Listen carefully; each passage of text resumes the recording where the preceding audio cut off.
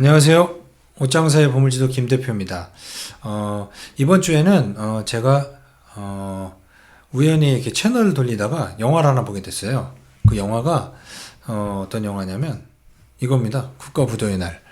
사실 국가부도의 날은 2018년도에 나왔고 좀 오래된 영화인데 전 이제와 봤네. 이게 사실 뭐 주식하는 사람들이 많이 봤다라고 하는데 전 이제야 봤어요. 근데 이거 예전에 누가 저한테 보라고 그랬어요. 여기에 나오는 유아인 역할을 하는 게 너 같다.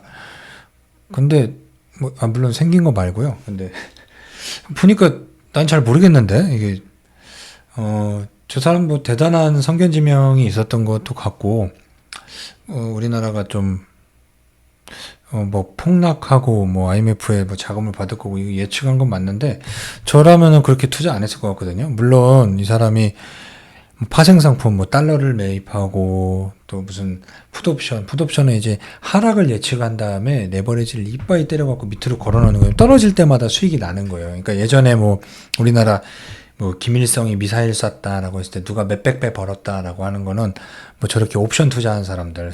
근데 저건 되게 위험한 거예요. 그러니까 그분은 거기서 유아인 역할을 했었던 그분은 인생을 걸고 도박을 한 거예요. 막 완전 거지가 되느냐 아니면 거기 나오잖아요. 막 인생을 바꾸는 날이다. 근데 나 같으면 그렇게 안 했을 것 같아. 뭐 물론 풋옵션을 때려갖고 수익이 많이 나고 뭐 달러를 갖고 있어갖고 환차익 나고 이런 것까지는 알겠는데 나중에 어디 가갖고 뭐 이제 뭐 아파트들 이렇게 싸게 나오는 거 매입을 하잖아요. 나 같으면 그렇게 안 해. 그 파생상품을 아는 사람이 그러면은 우리나라 주식이 휴지 조각이 된 날 환율은 반대로 최고점이었을 텐데 그러면은 그 그 환율을 환전을 해갖고 주식에 투자를 했으면 투자 안 했겠죠. 그런 사람이었으면 뭐 콜옵션을 때렸겠죠. 상방으로. 그랬으면은 아마 우리나라 부의 대부분을 가질 정도로 부자가 됐을 텐데 거기서 뵀을 때 갑자기 잘 가다가 건물을 사나? 아파트를? 전 그건 잘 모르겠어요. 저 같은 경우도 작년에 코로나 상황에서도 바닥으로 최저점을 친 날 뭐 주식 했죠. 그때는 뭐 레버리지로 썼죠.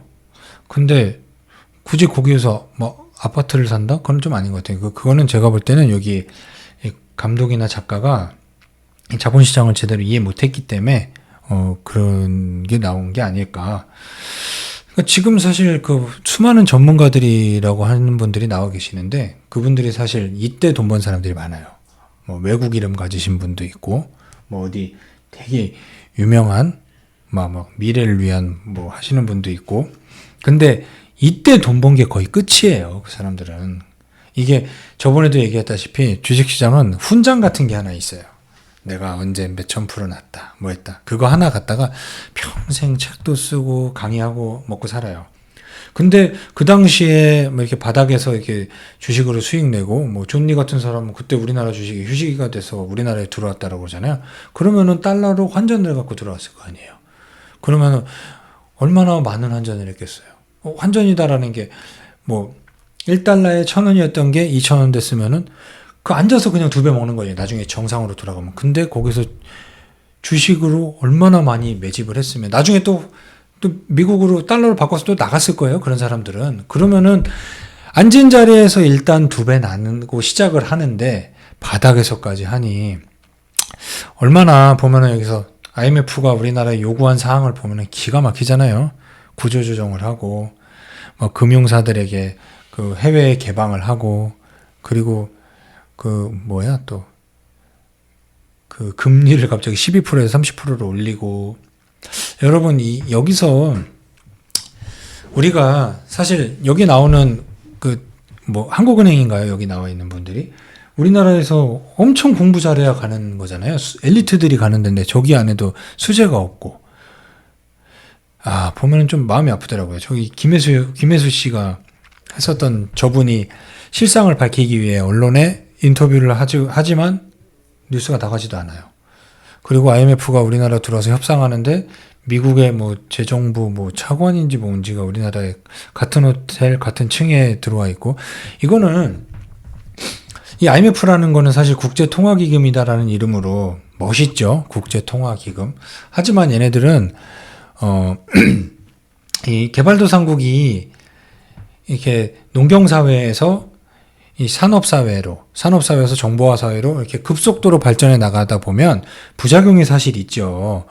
우리나라 같은 경우도 그때 뭐 대기업 이름만 있으면 막 대출을 해주고, 그러니까 얼마나 많은 그 병폐들이 있었겠어요. 그러니까 그거 알고 있는 거예요. 다 알고 있다가 어느 시점이 딱 되면은 이제 쪼여 들어가서 그 나라를 먹는 거거든요. 자본시장 갑자기 개방하라고 그러잖아요. 외국인들한테 뭐 몇 프로. 그리고 그때 이후로 우리나라도 보면은 삼성전자나 이런 것도 외국인 지분이 되게 높아요.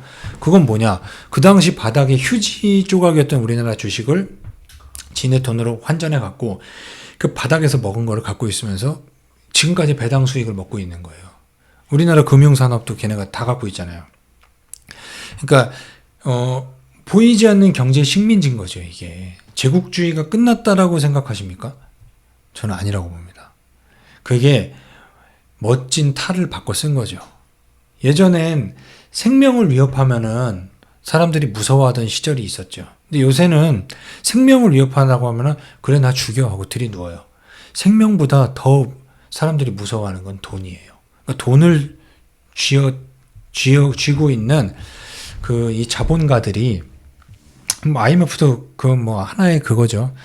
걔네들이 들어와서 이렇게 금리를 참 12%에 30%를 올렸을 때 안 그래도 부도가 나가고 사람들 많이 죽어나가는 상황에 지금 노숙자들이 저때 이렇게 가신 분들이 많다고 그러잖아요. 얼마나 안타깝습니까? 우리가 이거를 보면은 경제 지식이 너무 무지했기 때문에도 있어요. 사실 여기에서 금리에 대해서도 사람들이 생각해 본 적이 없을 거예요. 우리나라가 그냥 평생 뭐 10% 이상의 금리가 갈 줄 알았겠죠. 선진국으로 갈수록 금리가 낮아진다라는 거는 몰랐고, 그러니까 경제 교육을 할 시간이 없었죠. 사실은 그때는 하루하루 먹고 살기가 바빴고, 야, 이거 보면서 지금도 사실 같은 상황입니다. 뭐 금융 지식은 아직까지 우리나라가 좀 많이 낮은 상황이고, 이때 저는 이 영화를 보면서 아직도 변한 거는 사실 별로 없다. 너무 안타깝습니다. 제가 저 시절에 딱 20살이었는데 저 때 주식 투자하신 분들도 많은데 돈 번 사람은 없죠. 분명히 주식은 몇십 배, 몇백 배씩 올랐는데 이게 왔다 갔다 이전에도 설명을 했지만 오르는 것만 계속 쫓다 보니까 아무것도 못하는 상황이 벌어졌던 거죠. 그러니까 이거 영화에서 저는 제가 안 그래도 뭐 금리에 대해서 한번 설명하려고 그랬어요. 뭐 요즘에 뭐 양적 완화, 뭐 테이퍼링 이런 얘기 나오잖아요. 그러면서 막 주식시장이 막 흔들리고 막 금융시장이 흔들리고 막 이러는 걸 보면 너무 모르지 않을까. 너무 모르기 때문에 저 영화를 보고도 왜 저렇게 금리가 오르면 힘든 것인가? 그 모르는 사람들도 사실 있을 수 있어요. 근데 예전에 우리 땐 1억 있으면 인생 바뀐다라고 했어요. 1억만 있으면 은행에 넣어놓으면 한 달에 100만 원씩 나온다고 그랬어요. 근데 100만 원으로 그때 생활이 됐지만 지금은 나가는 고정 수입이 100만 원이 넘어요. 그 고정 소비가. 그러니까 생각해보세요. 그때 핸드폰도 없었고 지금 핸드폰이 있죠. 그때 우리 어릴 때는 차 있으면은 동네에서 구경 왔어요. 근데 요즘에는 한 집안에 차가 몇 대씩 있죠. 그 보험료며 유지비며 뭐 이런 것만 생각해 보더라도 얼마나 소비가 엄청나게 많은 시대잖아요. 100만 원 갖다간 택도 없죠. 근데 하물며 지금 금리는 1억 넣으면은 뭐 얼마 주지도 않아요. 저 맨 처음 강의 때 얘기했지만 주식을 하는 이유는 사실 금리가 너무 낮다 보니까 사람들이 그 적금 이자에 만족하지 못해서 투자 상품으로 뛰어드는 거잖아요. 그러면은 이 국가 부도의 날을 봤을 때 금리가 저렇게 올랐을 때 그리고 여기 보면 환율에 대해서도 많이 나오고 그러면은 우리가 어디서부터 경제에 대해서 좀 알아보는 게 좋을까라는 생각을 했어요. 제일 많이 얘기하는 게 사실 금리입니다. 금리. 자, 그러면 제가 참 어설프지만 갑자기 급조해서 뭘 한번 써봤어요. 저 대학교 때 이걸 못해갖고 학고 맞고 사실 레포트를 써본 적이 없습니다. 자, 그냥 쉽게 한번 생각해 볼까요? 자, 금리란 무엇일까? 금리란 무엇일까? 이자율, 수익률, 할인율, 이거 많이 들어보셨죠? 이게 같은 말일까요? 다 다른 말 같죠? 다 같은 말이에요. 금리가 사실 이자인 거고 이자가 사실 수익률인 거고 할인율이다라는 거는 우리 대출 받을 때 선이자 떼고 주는 게 있죠. 그게 할인율이에요. 결국은 다 이자 금리인 겁니다. 이게 거의 같은 말이에요. 그러니까 상황에 따라서 용어를 다르게 쓰는 겁니다. 그러니까 이거는 사실 다 같은 말이다. 그러니까 요거를 사실 보면 금리, 자, 요거 가기 전에 금리란 하면 제가 또 그 단어를 찾아본다고 그랬잖아요. 여기 써 있죠. 금리란 빌려준 돈이나 예금 따위에 붙는 이자 또는 그 비율 이렇게 나와 있습니다. 여기서 말 그대로 금리는 이자인 거예요. 이자. 그리고 내가 무언가를 포기한 것에 대한 대가. 예를 들어서 내가 누군가한테 돈을 빌려준다고 생각을 해보세요. 그러면은 돈을 빌려줬을 때 내가 이걸 이 커피를 먹고 싶은데 커피를 먹는 거를 포기하고 누군가한테 돈을 빌려주는 거잖아요. 그럼 그거에 대한 약간의 보상 차원인 거죠. 근데 예를 들어서 왜 금리가 사람마다 다를까요? 그 위험 수익률이라는 게 사실 더해지는 거거든요. 예를 들어서 기자님은 나랑 매주 만나는 사이니까 자주 보니까 갚을 확률이 높죠. 그러니까 금리가 당연히 저렴하겠죠. 근데 뭐 한 5년 만에 만난 친구가 돈을 빌려달라고 그래. 그러면 내가 돈을 빌려줄지 말지도 고민을 하겠지만 근데 빌려주게 된다면 이자가 높겠죠. 예, 그렇기 때문에 금리는 사람마다 틀려요. 그러니까 이 금리가 사실 뉴스 보면은 뭐 금리가 인상했어요, 금리가 하락했어요, 뭐 경제가 어때요, 저때요라고 하잖아요. 그럼 금리가 뭐 어떤 영향을 끼치길래 사람들이 금리에 대해서 언론에서 많이 다뤄지는지. 사실 금리를 우리가 알아야 되는 거는 우리가 생활하는 모든 이 자본주의 사회에서 우리가 움직이는 모든 영역 안에 다 영향을 끼쳐요. 여기 써 있다시피 소비를 보면, 자, 우리가 경제가 안 좋아지면 금리를 인하를 시키죠. 금리를 인하를 시키면은 여기 써 있는 대로 저축보다 사람들이 소비를 하겠죠. 금리가 싸니까 그 은행에 넣어놔도 사실 의미가 없는 거예요. 그러면은 저축을 할까요? 투자를 할까요? 예, 투자를 하죠. 그렇기 때문에 금리 인하가 되면은 부동산이나 주식이 호황이 돼요. 이건 이론상이에요. 말 그대로. 그리고 금리 인하되면은 특히 내구재 소비가 늘어요. 내구재 소비란 뭐냐? 금리와 영향이 있는 거죠. 우리가 자동차를 사거나 아니면은 뭐 비싼 QLED TV를 산다고 쳐요. 이런 비싼 것들은 일시불로 살까요? 아니면 할부로 살까요? 할부로 사죠. 물론 무이자도 있겠지만 그렇지 않은 부분에 대해서 이자가 저렴하기 때문에 질르는 경우들이 있죠. 그럼 금리가 인하됐을 때, 그리고 집을 살 경우도 그렇죠. 예, 금리가 저렴해야 사람들이 대출을 받아갖고 아파트를 사고 뭐 건물을 사고 땅을 사고 하잖아요. 그런 부분에 영향을 끼치는 거예요. 소비는. 근데 예를 들어서 반대로 금리가 인상된다라고 하면은 사람들은 소비가 위축이 되는 거죠. 내가 이거 할 게 아니라 금리가 오르니 내가 비용도 많이 나가니까 더 이상 뭐 지출하면 안 되고, 차 살라고 그랬는데 이거 이자가 비싸네. 이거 다음으로 좀 미뤄야 되겠다. 내구재라는 거는 필수재가 아니잖아요. 필수 소비재가 아니다 보니까 미룰 수가 있는 거예요. 그렇기 때문에 그거에 대해서 내구재 소비가 위축이 되죠. 그렇다라고 하면은 기업 입장에서는 좋진 않죠. 팔리는 물건이 덜 팔리는 거죠. 그러다 보니 뭐 저축 상품으로 가죠. 근데 지금 요 정도 금리에서 이건 말 그대로 그냥 오늘은 이론에 대해서 한번 설명해 보는 거예요. 보통은 금리가 상승되면 소비가 위축되고 저축하고, 그리고 기업에서도 당연히 투자를 줄이겠죠. 이 생산의 영역으로만 봤을 때도 생산이다라는 건 기업에서 생산을 한다라는 거잖아요. 그 금리 변동에 대해서 되게 민감하죠. 왜냐면은 금리가 인하됐을 때 기업 입장에서는 자, 금리 인하라. 여기 써 있죠. 금리가 인하가 되면 기업 입장에서는 신규 투자가 늘어나겠죠. 신규 투자라는 건 사실 설비나 뭐 이런 설비 쪽 이런 게 많은 거죠. 그거를 늘려야지만 뭐 고용도 되고 뭐하고 하니까. 그러면 그 설비도 사실 뭐 저번에 그 손익계산서 그 재무제표 할 때도 나왔지만 이것도 전부 다 이자 비용인 거잖아요. 한 번에 다 사면 좋지만 누가 그렇게 사요? 안 그러죠. 그러면은 나눠서 할 때 설비 투자할 때도 금리 인하됐을 때 신규 투자를 하고 그러면 이자 비용이 저렴해지죠. 그러면은 이자 비용이 저렴해진다라고 하는 거는 단기 순이익은 올라가죠. 그러면은 EPS가 느니 주식시장은 가격은 주가는 올라가죠. 그렇게 순이익이 늘다 보면은 고용은 창출이 되죠. 그러면은 고용이 창출되면은 직원들에게 월급은 올라가죠. 그럼 직원 소득이 늘어난다. 그런다라고 하면 소비가 늘어나죠. 그렇다 보면 이런 선순환이 일어나는 게 금리 인하 효과인 거예요. 그러니까 개인의 입장에서는 이제 예금에 넣을 건지, 뭐 주식을 살 건지 팔 건지, 부동산을 살 건지 팔 건지, 요거에 대해서 금리가 다 영향을 끼치는 거예요, 우리가.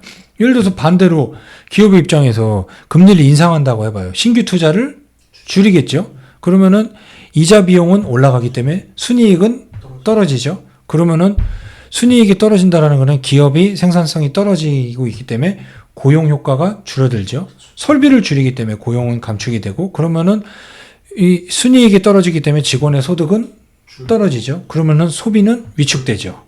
그러니까 이런 순환이 있는 거예요. 이렇게 선순환과 악순환 이런 게 있는 거예요. 그러니까 금리 인하로 해서 막 쭉 늘어나던 이런 뭐 소비로 증가하고 뭐 사람들 고용도 창출되고 이런 효과가 있으라고 경기가 어려울 때 나라에서 금리 인하를 하는 거예요.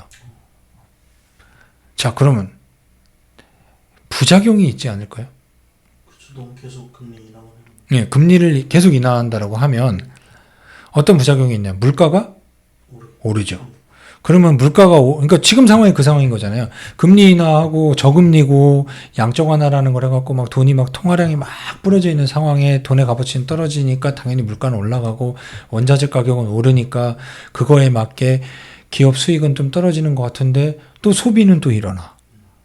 사실 이게 뭐 나쁜 것 같지는 않은데 물가가 오르다 보니까 기자님이 물가를 오르면은 오늘 예를 들어서 그렇게 얘기하면 좋겠네. 예전에 담배값 오른 거 기억나시죠? 네. 그때 사람들 뭐 했죠? 사재기 했죠. 그쵸. 미리 오르기 전에. 네. 그러니까 이 물가가 오르면은 사람들이 사재기 하려는 성향이 있어요. 왜냐면 내일 또 오를 수 있으니까. 그렇죠. 그러면은 돈을 은행에서 찾겠죠. 네. 그러면은 안 찾게 할 방법은 금리를 인상으로. 인상해 주면은 그 올라준 만큼 이게 커버가 되기 때문에 그렇죠. 예, 그러니까 물가 안정을 위해서 금리를 같이 올려주는 그래서 지금 뭐 금리를 올려야 되네 뭐 하는 이 얘기가 나오는 거예요. 물가가 오르니까. 그러니까 그런 얘기 그러니까 그런 부작용이 있는 거예요. 금리가 인하가 돼서 이렇게 돌아가면은 물가가 오른다. 물가가 오른다라는 걸 영어로 고급스럽게 뭐라고 하죠? 인플레이션. 그렇게 되는 겁니다. 그러니까 여러분들이 금리는 이렇게 생각하시면 돼요. 그러니까 우리가 금리를 알아야 되는 이유는 우리가 살면서 투자도 하고 투자를 난 절대 안 해라고 해도 월급을 받으면은 그러면은 적금은 다 할 거 아니에요. 그럼 거기에도 영향을 끼치죠. 그리고 우리는 부동산에 살고 있잖아요. 그걸 매매를 했던 전세를 했던 뭐라든 그것도 다 결국은 금리와 연동이 됩니다. 그래서 금리가 이런 거다. 그리고 금리는 내가 포기한 거에 대해서는 보상인 차원도 있는 것이다. 그리고 금리는 모두에게 공평하지 않다. 왜냐? 각자의 신용도가 있기 때문에. 나라도 똑같잖아요. 그러니까 그 국가부도의 날에서도 그게 나오네. 우리나라가 그때 그 무디스에서 신용평가가 뭐 신용등급을 하향했으니까 그러면 정크펀드 쓰레기 취급받는 그 상황이 된다라고 하니 그냥 이 상황이면은 이거 안 해야 되겠는데? 그러니까 압박을 하는 거죠. 왜? 국가 신용등급이 떨어지면은 그것도 금리와 영향이 있는 거예요. 대출 금리 올라가는 거죠. 그렇죠. 야, 뭐 내가 달러 좀 빌려줘 하는데 야, 돈 더 내놔. 니네 나라 어떻게 믿어? 그리고 야, 니네 나라가 이게 투자 등급이 떨어졌는데 원화가 쓰레기가 될 수 있겠네. 그러면 당연히 달러는 더 올라가죠. 그러면은 완전 악순환이 되는 거죠. 그러니까 금리는 이런 영향이 있습니다. 그러니까 여러분들이 금리에 대해서 한번 가만히 생각해 보시면 돼요. 앉아갖고 이거 한번 보시고 금리를 한번 편하게 접근해 보셨으면 좋겠습니다. 지금까지 금리에 대해서 이론적인 설명만 한 거예요. 그러니까 금리가 뭐 이렇게 된다라고 뭐 경기를 부양하려고 금리를 인하를 하고 뭐 물가가 올랐으니 금리를 상승시키고 이게 말 그대로 이론이에요. 이게 전부 맞진 않습니다. 그렇기 때문에 사실 양적 완화라는 걸 하는데 양적 완화는 다음번에 제가 설명을 해드리고 오늘은 금리에 대해서 한번 여러분들이 이해를 하는데 좀 도움이 되는 시간이 됐으면 하는 마음으로 준비했습니다. 예, 오늘 감사드리고 여러분 공부하십시오.